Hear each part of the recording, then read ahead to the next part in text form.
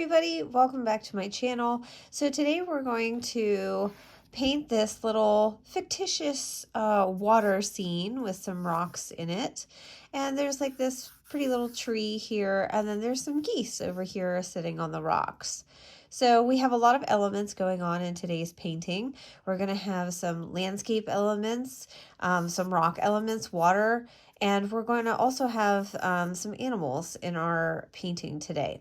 So the first thing that I want to do is I'm going to mask off these geese. So I want to deal with my background and my landscape elements first, and then I'm going to go back in after everything is dry and paint those in a very tight manner. These are masking fluid. So this is a latex-based masking fluid, and you want to make sure that it's very well shaken.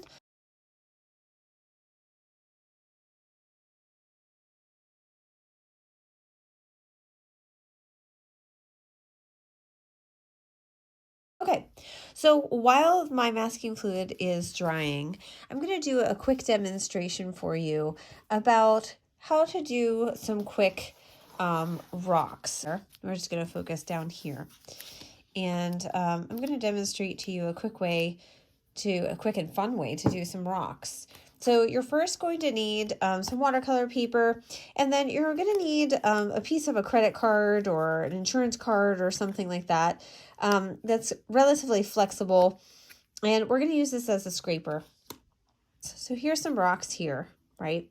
And you can see that on these little rocks, my little demonstration here, there's a dark edge that's opposite from where the light source is. So my light source is coming from this direction, right? So it's coming and hitting. So this is going to be my lighter edge here, and then this is going to be my darker edge here.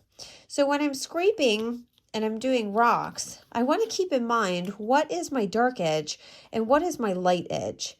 So I'm going to be scraping in the direction of the light. So I'm going to be scraping and pulling the paint away from the light edge, and I'm pushing it and pulling it down towards the dark edge.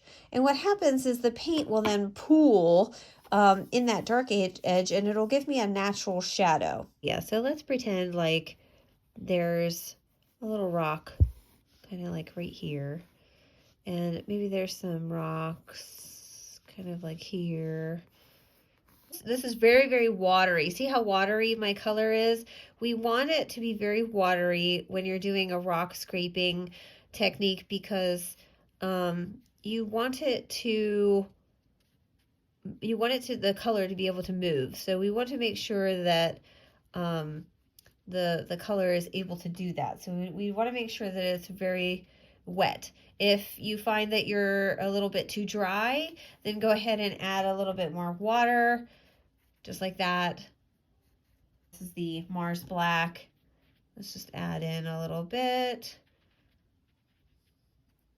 especially over here. This is really light over here. We're going to pretend like the light is coming from this direction. So if the light source is coming from this direction, right? So we're going to scrape away from, like as if we were the rays of the sun, right? And we're going to push all the color with the water towards the other end, like that. Okay? Make sure you have a paper towel handy because you're going to need it. And you're just going to kind of make little like layers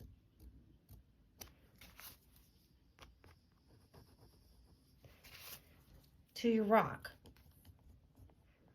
And there's like a big part here, but I don't want to do too much on this backside because I want the water to kind of pool there. Maybe there's like a little rock right here. I want to kind of show off. Okay. This one's getting a little bit too dry. See how it's not really working for me as well. But we can still use the edge of the scraper, and we can still cut in a little detail in our rocks.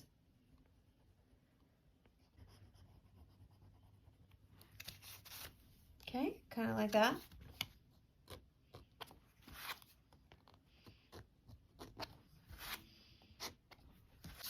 You can also, if there's like a little pool of color, you can kind of pull up a little bit of grass,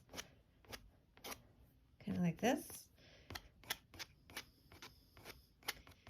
But you can only do that if there's like a little pool of color laying there.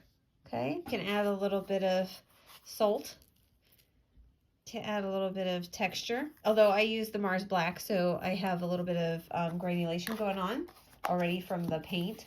You can also add color in, because you could undo some of the scraping that you've done. So just think of it as the icing on the cake. Be a little bit conservative with what you're adding.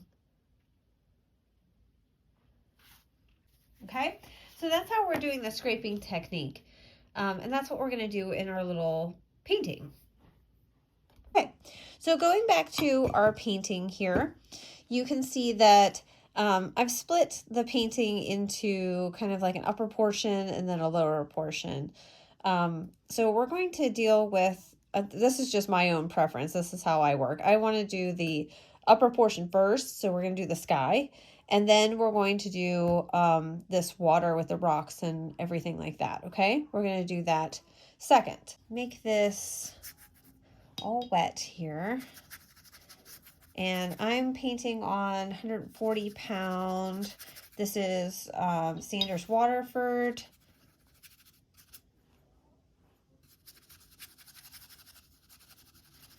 Just want to make sure that this upper portion is pretty wet. And you'll see that it has a little bit of a pinkish tone. That's just my my watercolor pencil.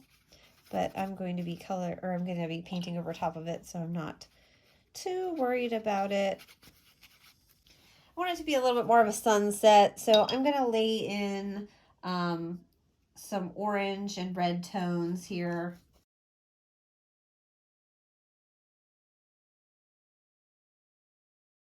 And again, you can tilt your paper to allow that paint to travel a little bit.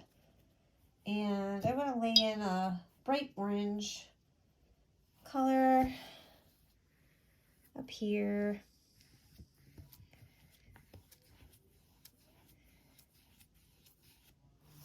Okay. And then while that's still wet, I'm going to activate Thirsty Brush here. Oh, I got a little piece of something. There we go. And I'm going to take out some clouds. Now you don't have to do it with a brush. If you'd rather, you can use your paper towel and you can take out some cloud shapes that way. I like the way the Thirsty Brush looks personally, so I like to just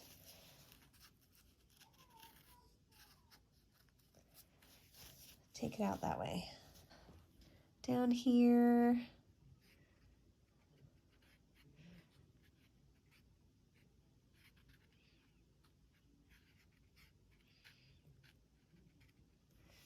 I want it to look really, really red down there. We'll just kind of like,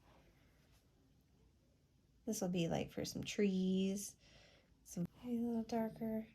There we go. Remember that when you are painting with watercolor, don't be afraid of that dark color. A lot of people, when they're first starting out, they'll get like real nervous about how dark the paint goes on. It dries a whole lot lighter. So don't be afraid of that dark shadow color there. That looks good. And I'm losing a little bit of my cloud there. Let me just try to, there we go. Suck a little bit of that back out. And I have a little bit of creep going on over here. This happens if you have tape on your border there. It's starting to kind of like creep up the tape. So I just kind of control it by taking a little piece of my paper towel here and just kind of sucking that up. There we go. I do want to do just one thing real quick. while this is kind of it's in the dull wet phase, I like to pull out little areas where we would have like some trees, just to show that it's not a solid shape. So it doesn't just look like a blob. I would not use the technique where you add clean water into this. When we do that, it causes kind of like a back run, and that's fine for some things. It's just that that's not what I want to do here. I want a very tight line there to give the illusion that there is like a tree branch or like a trunk. So I don't want the water, I don't want new water to act real bossy and push what I already have there out of the way. I just want to pull up in very specific areas. So the reason I'm doing the thirsty brush is because I can control it just a little bit better. Maybe just a little bit more. This can be very addicting, and it's easy to go overboard. You just want to give it just the illusion that there are some woods there. You don't want to go too crazy. All right, so we're going to go on to this area down here. So this is the way that we're going to attack this. So because there's these rocks here, we're going to do the water first, and then we're going to go back and do the rocks second. Okay, so keep in mind that this water is going to be reflecting what is going on in the sky. So I made it a little bit darker, but just like the water reflections that we did in a previous video, we're going to obey the color scheme that's going on in the sky. So I want to make sure that I have some orange going on like down here.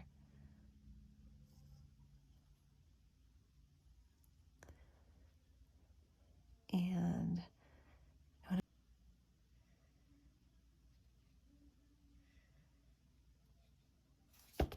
you can remember to tilt your paper if you want it to kind of mingle.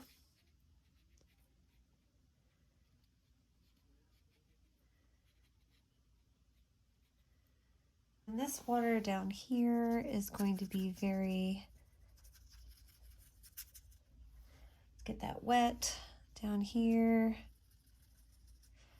This is going to be very yellow down here. And again, I'm just trying to avoid those areas where my rocks are. That's why it's a good idea to already have them kind of mapped out.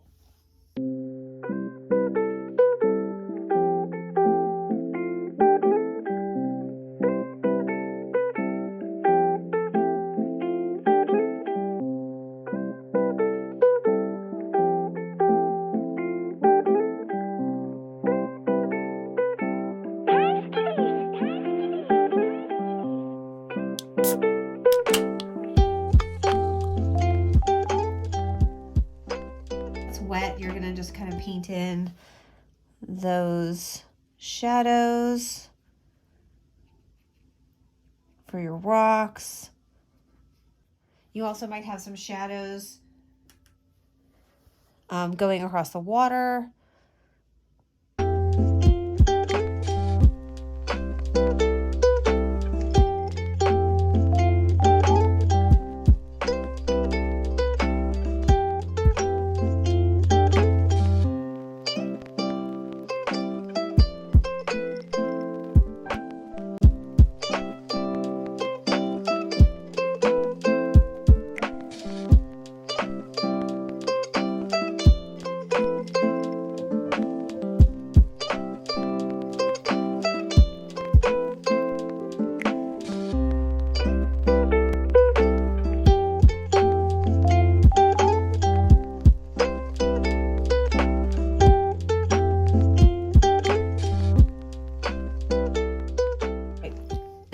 See if we can do this this big rock formation that's here. That's where the geese are kind of going to sit. So again, I'm using my really watery color, and I'm going to kind of overlap my geese a little bit there. And if your watery color runs into the water, don't worry about it. It's okay. And I want the rocks to be, they're going to be very dark, as a contrast to the very light colored water. I want them to be very dark. So I've mixed a little bit of my Mars Black with my, a little bit of the sienna, because I want it to be a warm black. And then we're just going to scrape. So remember to have your paper towel handy.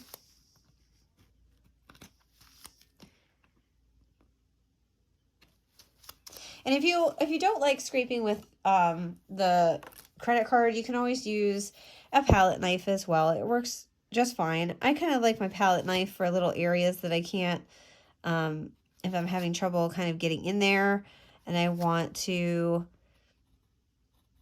get a little area that's kind of tight for me, I'll use my palette knife.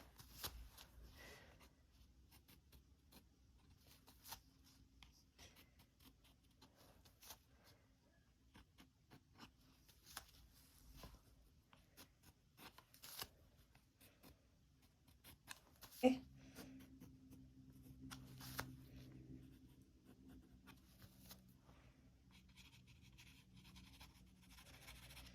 And then I like to use the edge, and I like to kind of scrape the bottom of the rock. Just kind of adds a little bit of texture there.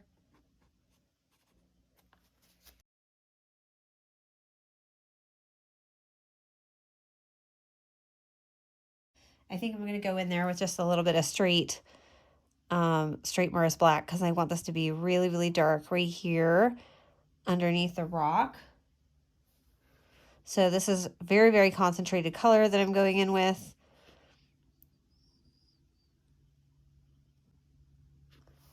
Yeah, I just want to punch up the contrast just a little bit.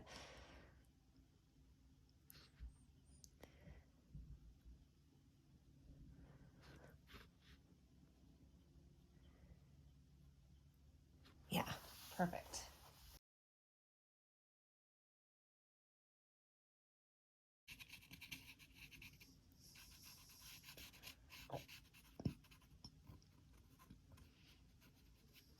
Up a little.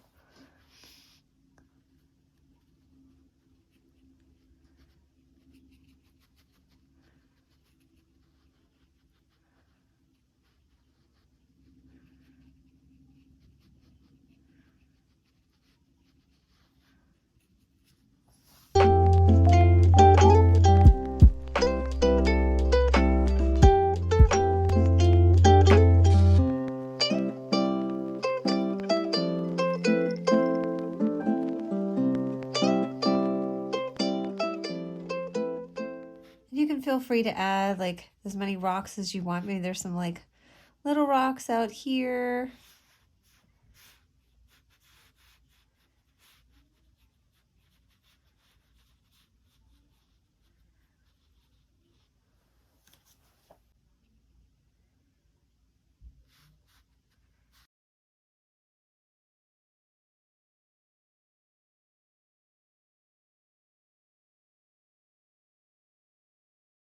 Good. So now we're just going to wait until this is the upper portion up here.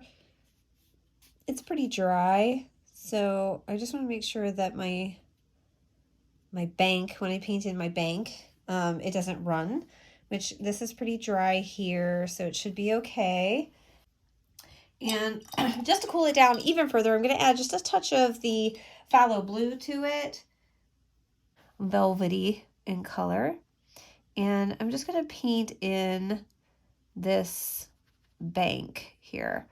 I'm using my flat because I want to make sure that where the bank is meeting the water is completely flat. I don't want to be going uphill or going downhill. You can also cheat and use a little piece of tape there just to ensure that you are going to be making a nice even hill or bank.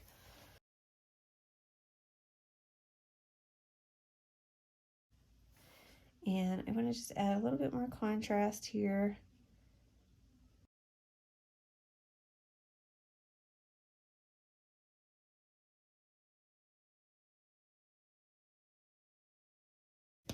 Now the only thing that remains is doing there was a tree that I wanted to come out and over. And my tree,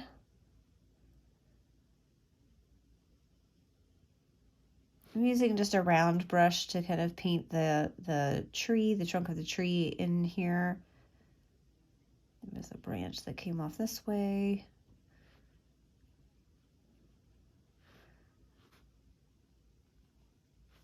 You can either use the fine point of the brush, or you can go ahead and use your rigger for this. You could even use your flat if you'd rather, and just kind of use it as like a kind of like a stamp. If you're not confident with your brush strokes, I like to have like little dead leaves hanging off of my branches.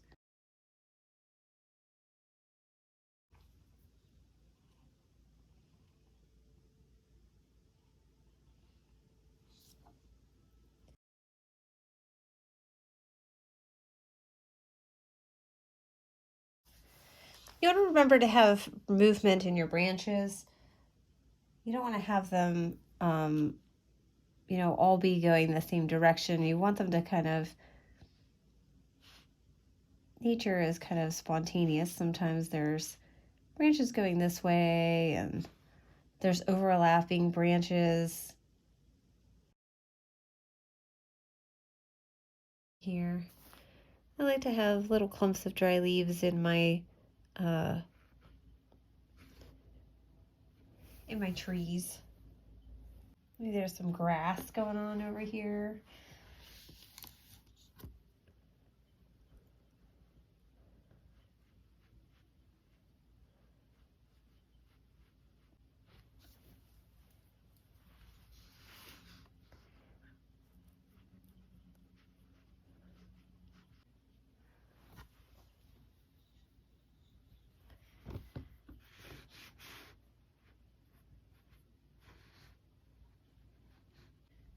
Okay, so now we kind of have our painting. It's almost finished. So we just have to wait until a lot of these elements dry, and then we're going to go back in and we'll do our geese there. You can take out areas that look too solid to you,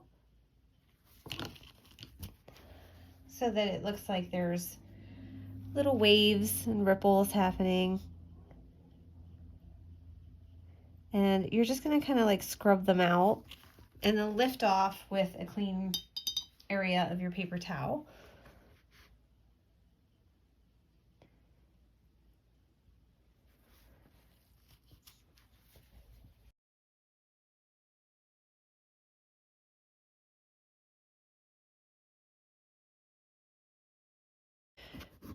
We're just going to rub and we're going to remove our very fine layer of masking fluid, and that should leave us with some spots there. So there's our little geese, our little trio of geese, and we're going to be painting them back in. So we've allowed, by using the masking fluid, we have allowed us to reserve a little bit of the white, which we're going to need. And because this is at a sunset, the geese are going to have a little bit of orange on them. So what we're going to do is first we're going to put down, I don't want to lose that beautiful light that would be reflected off of them. So I'm going to put down a little bit of the orange first, but just a little bit wherever the the light would be kind of hitting them like on their back here.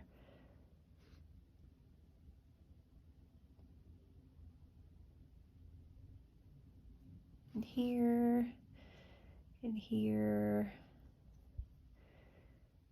here. Okay. So I have my goose reference here so that I know what I'm painting. So a goose has a lot of black here around their head. So we're going to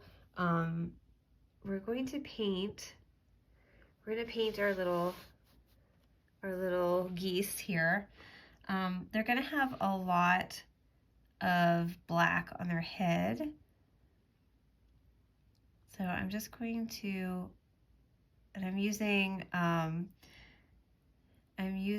a fine-tipped round for this, and I'm just going to paint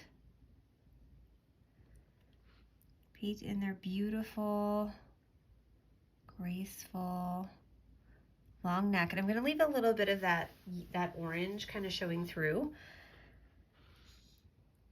And then they have kind of like a white area here.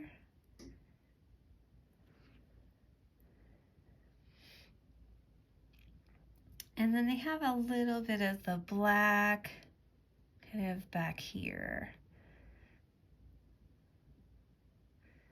And then they have kind of a little bit of a tail. Okay, kind of like that. Okay, let's get the black again. And we're gonna do this little guy's head.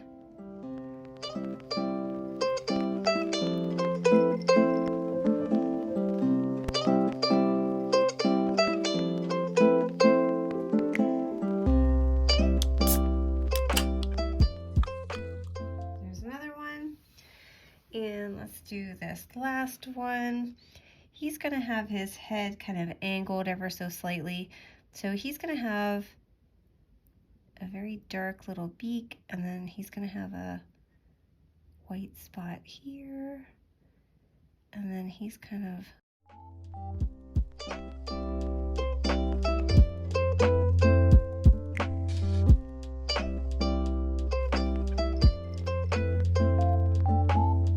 black little feet.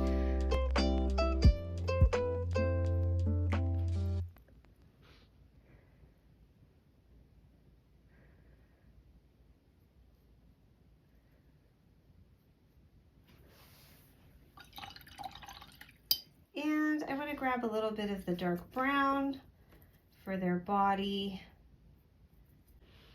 They do have a kind of a brown body that kind of extends backward, kind of like this. And I'm going to leave just a little bit of that orange showing through.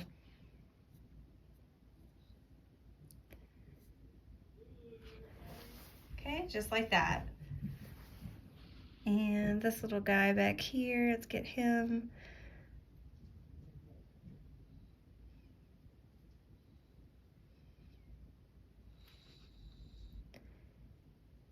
And you're probably going to be able to see a little bit of the brown on his other side there. And there we go. There is our little, I might add a little bit of detail as soon as I see how the geese dry there, but I'm pretty happy with that. So thanks for joining me. I hope you learned something new and hope to see you again. Bye.